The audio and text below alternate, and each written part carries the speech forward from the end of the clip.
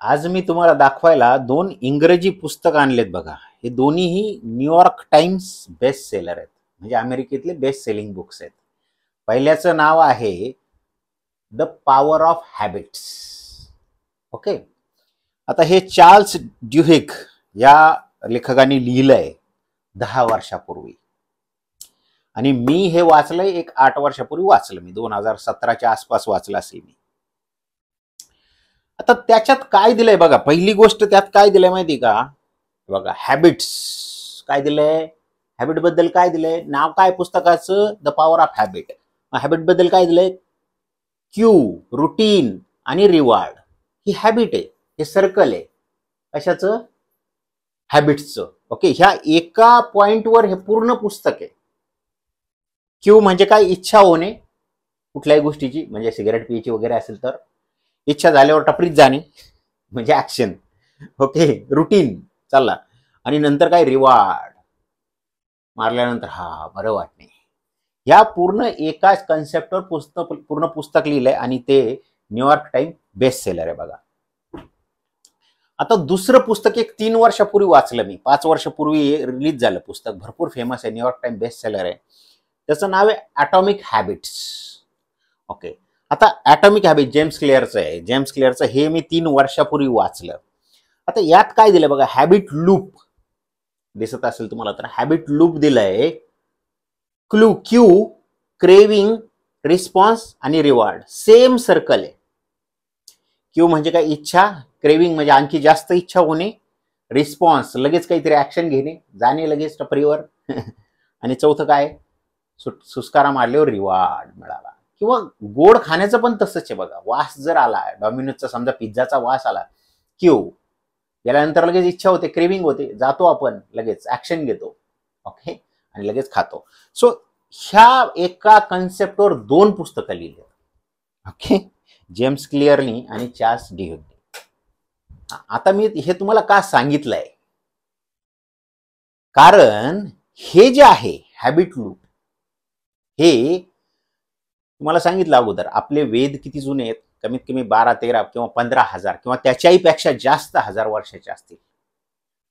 11,000 वर्षापूर्वीचे याचा तर आपण प्रूफ बघितला की धर्म किती जुना आहे. त्या व्हिडिओमध्ये बघा, 11,000 वर्षापूर्वीचे त्याचा आपल्याकडं आता सध्या आपल्याकडे काय पुरावा आहे. चीनची भिंत ज्यावेळेस तोडली, त्याच्यातून पेटी निघाली आणि त्यात लिहिलेलं होतं की 10,000 वर्षापासून वेदांवर आधारित धर्म भारतवर्षामध्ये आहे. ओके, ते अजून इंग्लंडमध्ये आहे. त्या पेटीत काय काय निघालं ते ब्रिटिशच्या म्युझियम मध्ये आहे. म्हणजे 12 वर्षापूर्वी. आताचे हे जे सगळे धर्म आहेत हे 2-2.5 वर्षापूर्वी हे अचानक बाळ आली धर्मांची. सगळे धर्म 2-2.5 वर्षापूर्वी जन्मले. प्रत्येकालाच काय म्हणतात, एकदा जर चालू झालं फॅड की धर्म काढायचं, तर सगळे धर्म 1-2-2.5 वर्षापूर्वी आले. असो, आपल्याला त्यात जायचं नाहीये, चांगली गोष्ट आहे. आता आपण बघू, एक 12,000 वर्षापूर्वी, जर त्याच्याही अगोदर 12,000 वर्षापूर्वी किंवा त्याच्याही अगोदर वेदांमध्ये लिहिलेले हे जे हॅबिट लूप आहे, किती म्हणजे वेद व्यासांनी लिहिलेलं आहे हॅबिट लूप. तेच आपल्याला आपल्या 4थ्या नियमामध्ये दिलंय बघा, उपनिषदांचा 4था नियम. चला बघू काय तो उपनिषदांचा. ईशोपनिषद. कुर्वन्नेवेह कर्माणि जिजीविच्छे विषेच्छद समाहा एवं त्वयि नान्यथे तोत्सी न कर्म लिप्यते नरे. हा काय दुसरा श्लोक आहे, दुसरा मंत्र आहे ईशोपनिषद मधला. आता याचा अर्थ काय बघा, यहाँ कर्मों को करता हुआ ही 100 वर्ष तक जीने की इच्छा करे, इस प्रकार तुझे मनुष्य में कर्म नहीं लिप्त होते हैं, इससे भिन्न कोई मार्ग नहीं है. आता याचा अर्थ महत्वाचा आहे बघा. आता याचा अर्थ काय, उपनिषद ने 4था कर्तव्य इन शब्दों में बताया है कि कर्म करते हुए मनुष्य 100 वर्ष तक जीने की इच्छा करे. त्यावेळेस लिहिलेलं आहे 100 वर्ष माणसाचं आयुष्य, इच्छा काय 100 वर्ष जगण्याची. परंतु शर्त यह है कि कर्म इस प्रकार करने चाहिए कि वे करने वाले को लिप्त न करे, अर्थात मनुष्य उनमें फंस न जाए. उपनिषद ने खुले शब्दों में यह कह दिया है कि मनुष्य को जीवित रहने के लिए इस कर्मयोग कर्म के सिवाय कोई दूसरा मार्ग नहीं है। बघा किती महत्वाचं, कर्म सोडून, ओके, पहिलं काय सांगितलंय, 100 वर्ष आपल्याला जगायचंय, ओके, इच्छा ठेवायची जगण्याची, त्याच्यानंतर कर्म करायचे आणि असे कर्म करायचे की त्याच्याबरोबर आपल्याला अटॅचमेंट नकोय, सकाम कर्म आणि निष्काम कर्म. सकाम आणि निष्काम दोन प्रकार पडतात, आपण पुढे बघू. तर कर्म महत्वाचं एक आहे की पूर्ण पृथ्वीवर सगळ्या गोष्टी, पृथ्वीवरच कशाला युनिव्हर्स मध्ये, इव्हन सूर्य सुद्धा गॅलेक्सीचे चक्कर काढतोय, गॅलेक्सी ब्रह्मांडाची चक्कर काढते, सगळे एकमेकाची चक्कर काढताय, कोणीही स्थिर नाहीये. ओके, तुम्हाला अगोदर पण सांगितलं, इव्हन प्रत्येक वस्तूतले इलेक्ट्रॉन्स, प्रोटॉन्स, ॲटम्स, इलेक्ट्रॉन चक्कर मारतायत, ॲटम्स व्हायब्रेट होत आहेत प्रत्येक मॉलिक्यूल मधले, काहीही स्थिर नाहीये, प्रत्येकाला कर्तव्य हे करावंच लागतं, त्याच्याशिवाय पर्याय नाहीये. हे दिलेलं आहे आपल्याला, लास्टच्या लाईन मध्ये दिलं होतं. लक्षात घ्या कर्तव्य किती महत्वाचं आहे. त्यामुळे जर तुम्ही काहीही कर्तव्य करताना जर बसत असतील, काही न करता, चुकीचं आहे. बघा तेच सांगितलंय, कर्तव्य करणं हे मूळ गुणधर्म आहे आपला, किंवा मूळ धर्म आहे. धर्म, मी मनुष्याचा धर्म बोलतोय, हे आत्ताचे पंथ किंवा धर्म नाही, मनुष्याचा धर्म आहे. जसा आगीचा धर्म कुठल्याही गोष्टीला अणुरेणूमध्ये त्याचं रूपांतर करून त्याचं जाळून टाकणे उष्णता आहे, तसा आपला धर्म आहे. कर्म करत राहणं हा धर्म आहे आपला, हे सांगितलंय आपल्याला, लक्षात घ्या. त्यामुळे जर तुम्ही थांबला तो संपला असं कायम बोलतात आपल्याला, तसंच आहे ते. थांबला तर काही होणार नाहीये बघा आपल्याकडनं, आपण संपणार आहे हळूहळू. गंज लागणार आहे, जसं मी अगोदर तुम्हाला सांगितलं होतं, एका जागेवर जर गाडी उभी केली तर गंजते ती कुठलीही गोष्ट, तसंच आहे आपल्या शरीराचं. कर्म करत राहणं भरपूर गरजेचं आहे, हे सांगितलं. पुढे जाऊ चला. इसलिए मनुष्य को भी कर्मनिष्ठ होना चाहिए. उपनिषद का उपयुक्त वाक्य जीवन की अंतिम घड़ी तक कर्म करने का विधायक है. जीवनाच्या अंतिम घडीपर्यंत आपल्याला कर्म करायचं सांगितलंय. हा, आता तुम्ही बोलणार संन्यासी, आता संन्यासाचं काय असतं? संन्यास कर्म के त्याग को अवश्य कहते हैं. संन्यास कशाला म्हणतात? कर्म के त्याग को. पण कुठल्या कर्माच्या? परंतु कर्म से प्रयोजन काम्य सकाम कर्म यज्ञादि से है और उन्हीं का त्याग संन्यास करता है, संन्यास है. निष्काम कर्म तो कभी भी नहीं छोड़ा जा सकता. सकाम कर्म, सकाम म्हणजे काय? काहीतरी इच्छा, हे केल्यानंतर त्याच्या मोबदल्यात मला काही मिळणार, हे सकाम कर्म झालं, त्याला संन्यास बोलतात बघा. काहीही इच्छा न धरता कार्य करणं म्हणजे संन्यास. लक्षात घ्या कसं आहे. ओके. कर्तव्य का दूसरा भाग यह है कि मनुष्य कर्म में लिप्त न हो, लिप्त व्हायचं नाही कर्मामध्ये. कर्तव्य के इस भाग को समझने के लिए अवश्य है कि यह समझ लिया जाए कि कर्म दो प्रकार के हैं. दोन प्रकारचे कर्म आहेत. कुठले? सकाम और निष्काम. आपण कायम सकामच कर्म करतो. ओके, आपण डुबलोय सकाम कर्मामध्ये. ओके, इवन आई वडिलांना जरी काही दिलं किंवा आई वडिलांनी जरी मुलांना काही दिलं तरी अपेक्षा असते त्याने आपल्याला काहीतरी द्यावं. कधी सुखी होणार आहे आपण?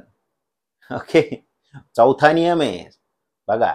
आता मी तुम्हाला 2 बुक्स दाखवले होते बघा, पुस्तकं. काय? ॲटॉमिक हॅबिट्स आणि पॉवर ऑफ हॅबिट्स. त्याच्यात जो कन्सेप्ट घेतलाय तो कधी लिहिलाय तुम्हाला सांगतो बघा. योग दर्शन का भाष्य करते हुए व्यास मुनि ने एक संसार चक्र की बात कही है. व्यास मुनि ने. ओके, कशाचं भाष्य करते हुए? योग दर्शन. व्यास मुनींनी काय लिहिलंय? यह चक्र, चक्रच म्हटलंय त्याला, लूप 6 आरे वाला है. 6 आरे त्याचे, यांचे 3च आहेत, त्याच्याकडे 6 आहेत. काय ते बघू आपण. वे अरे ये है, मनुष्य इच्छा करता है. पहले काय इच्छा करता है? एक, उसका फल मिलता है उसको सुख. दूसरा, ओके, तिसरा काय है, उसे सुख की वासना बनती है, 3 झाले. वही फिर उस प्रकार की इच्छा करता है, उसने फिर सुख, फिर वही वासना, फिर वही इच्छा. ओके, काय, इच्छा, वासना आणि सुख, हे 3 आरे झाले चक्राचे. दुसरे 3 काय आहे, हाँ तेज दिले. पहला काय, इच्छा, उसका फल सुख, और तीसरा उसकी वासना. ये चक्र के 3 आरे हैं जो बराबर उपयुक्त भांति घुमा करते हैं. बाकी 3 आरे काय, द्वेष, त्याच्यानंतर उसका फल दुःख, द्वेषाचं फल काय होतं, दुःख होतं, आणि परत दुःख की वासना, हे 6 आहेत बघा. लक्षात घ्या, आता हे महत्वाचा कन्सेप्ट आहे.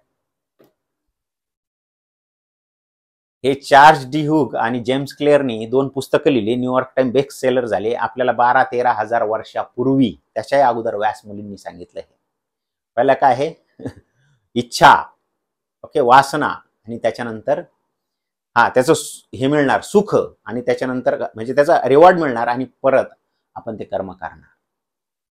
बघा किती, 12,000 वर्षापूर्वी आपल्याला सांगितलंय. आज 10-1 वर्षापूर्वीचे पुस्तक. पण आपलं प्रॉब्लेम काय माहिती का, तुम्हाला सांगतो, आपल्याला आपलं जे साहित्य आहे ते आवडत नाही बघा, आणि ते असंच असतंय, त्यात आपली काही चुकी नाही. आपल्याला आपल्या जवळ जे आहे त्याची कधीच किंमत कळत नाही. कायम आपल्याला आपली गाडी आवडत नाही. मागच्या लेक्चरमध्ये सांगितलं मी तुम्हाला, आपल्याला कायम दुसऱ्याच्याच वस्तू आवडतात. त्याच्यामुळे त्यात आपली चुकी नाहीये. आपला मनच तसं आहे, नटोरियस आहे, आणि आपण मनाच्या पूर्ण आहारी गेलोय या पाश्चात्य हे जे नॉलेज आहे त्याच्यामुळे. माझे डोळे उघडले बघा, तुम्हाला सांगतो, माझे पूर्ण डोळे उघडले. मी जवळजवळ कमीत कमी ह्या मागच्या 7-8 वर्षामध्ये 600-700 किंवा त्याच्यापेक्षा जास्त पुस्तकं वाचली असतील. 500-600 तरी पुस्तकं वाचली असतील. माझ्याकडे मोठी लायब्ररी आहे, ओके, आणि इलेक्ट्रॉनिक लायब्ररी पण आहे. कायम वाचणं हा माझा छंद आहे. का, क्युरिओसिटी आहे, मला जाणून घ्यायचंय नेमकं काय. त्याच्यानंतर अंतिम आता काय कळतंय माहिती का, आज तुमच्या बरोबर जेव्हा आम्ही उपनिषदाचा अभ्यास करतो त्यावेळेस कळतंय, अरे रे रे, हे आपण उलट केलं बघा. कसं उलट केलं, आपल्यामध्ये ऑलरेडी हे समजून घेण्याचे जीन्स आहेत. लक्षात घ्या, हे जे आहे आपल्या ऋषी मुनींनी आपलेच जीन्स, त्यांचेच जीन्स आपल्यात आले, समजून घेण्याचं आहे. तर बघा कसं होतं बघा, लहानपणी ज्यावेळेस आपण 10वीला गेलो त्यावेळेस 8वीचं पुस्तक म्हणजे एका दिवसात वाचून फेकेल असं वाटतं ना, कारण आपण पुढचं शिकलेला असतो. त्याच्यामुळे जर पाढे येत असतील तर एकदम किरकोळ वाटतात, तसं येते. मग मी आता ठरवलं, बाकीचे सगळे पुस्तकं बंद, आता एकच काम, वेद, आणि वेदांचं भाष्य उपनिषद आहे, त्याच्यातलेच आहे. भाष्य म्हणजे त्याचं काय आपल्याला स्पष्टीकरण दिलेलं आहे. म्हणून उपनिषदापासून सुरुवात केली. आपण नंतर वेदाकडे पण जाऊ, अगोदर उपनिषद तर संपू, कारण पायरी येते, पायरी आपल्याला डायरेक्ट जाता येत नाही. उपनिषद जर समजले तर वेद एकदम चांगले समजतील आपल्याला. म्हणूनच मी 10वीचा अभ्यास करायला घेतला बघा. म्हणजे कसं, ग्रॅज्युएशन, वेद तर ग्रॅज्युएशन आहे, त्याच्या पुढे काहीच नाही, पीएचडी आहे थोडक्यात, त्याच्या पुढे शिक्षण नाही. ते जर आले तुम्हाला तर हे सगळे बुक्स जेवढे काय लिहिलेले आहेत, लाखो करोडो बुक्स वाचायची गरज नाहीये. एका ओवीत पूर्ण पुस्तक बसतात त्यांचे. एकच कन्सेप्ट त्याला घोटून घोटून मोठा केला जातो. असे मी भरपूर उदाहरणं देऊ शकतो तुम्हाला. माझेच डोळे उघडले की मला वेदांचाच अभ्यास केला पाहिजे. हे छोटे छोटे छोटे छोटे एक एक एक एक धागा जोडून कधी मी माळ बनवणार आहे, त्याच्यापेक्षा माळच घालून घेणार डायरेक्टली. ज्ञानाची ती वेद आहे बघा. ओके, 3 आरे सांगितले तुम्हाला, कसं हॅबिट्स कशात तयार होतात. ओके, इच्छा होते, टपरी दिसली लगेच कस तरी व्हायला लागतं, नंतर आपण जातो ऍक्शन घेतो. तिसरं, त्याच्यानंतर सुख मिळतं, आणि सुख मिळाल्यानंतर परत इच्छा होते. हे झाले 3 आरे जे आपल्याला ह्या दोन्ही इंग्रजी पुस्तकांमध्ये पण आहेत. तेच आपल्याला व्यास मुनींनी ज्या वेळेस ते 11 ते 12 हजार वर्षापूर्वी त्यांनी आपल्याला सांगितलेलं आहे, व्यास ऋषींनी. बघा, लक्षात घ्या. म्हणजे चौथा रूल काय आहे, कर्माची अटॅचमेंट ठेवायची नाहीये बघा. आपल्याला निष्काम कर्म करायचंय. कुठलंही काम करताना त्याची अपेक्षा ठेवायची नाहीये. आत्ताचं उदाहरण देऊ लगेच. मी तुम्हाला हे पूर्ण वेद, एवढी मेहनत करून पूर्ण वेद समजून सांगतोय फ्रीमध्ये युट्यूबवर, तुम्हाला काही चार्ज लागणार नाहीये. ओके, पण मला त्याची अपेक्षा नाहीये काही. कारण याच्यामध्ये काय होतंय माहिती का, विवेकानंदांनी जसं बोललं, एकदा शिकवलेलं दोनदा शिकण्यासारखं आहे. माझं स्वतःचं प्रत्येक वेळेस लक्षात ठेवायचं, it's about me, it's about me. दुसऱ्याच्या बद्दल काही नाहीये, स्वतःबद्दल आहे काय, हे लक्षात ठेवायचं. फळ तर मिळणारच, फळाचा नियम आहे. जर तुम्ही काहीही कार्य केलं तर त्याचं फळ मिळणारच, तुम्ही कितीही नाही बोलले तरी. त्याच्यामुळे फळाची इच्छा करायचीच नाही, इच्छाच करायची नाही फळाची. देत राहायचं, जेवढं देता येईल तेवढं देत राहायचं. आणि मी तेच करणार आहे. पूर्ण ज्ञान मला जेवढं समजतंय तेवढं तुम्हाला देण्याचा मी प्रयत्न करणार आहे, लक्षात घ्या. ओके, युट्यूबवर जेवढे टाकता येईल मी रोज टाकण्याचा प्रयत्न करणार आहे, म्हणजे टाकतोयच रोज एक व्हिडिओ. बघा, मी पण प्रयत्न करतोय निष्काम कर्म करण्याचा. माझ्या प्रयत्नात तुम्ही पण साथ द्या आणि तुम्ही पण थोडंसं निष्काम कर्म करण्याकडे बघा. किती सुखी होईल आयुष्य बघा. कारण अपेक्षाच नाहीये ना. अपेक्षा ह्या दुःखाचं महत्वाचं कारण आहे, मेन कारण. अपेक्षा नसेल तर सुख येईल बघा. आणि हाच चौथा नियम आहे उपनिषदांचा, निष्काम कर्म. बघा जमतंय का आणि सुखी आयुष्य करता येतंय का आपलं. फिट राहा, व्यायाम करा, अभ्यास करा, दोन्हींचा व्यायाम करा. व्यायाम शरीराचा पण करा आणि बुद्धीचा पण करा बघा, आणि सुखी राहा. नमस्कार.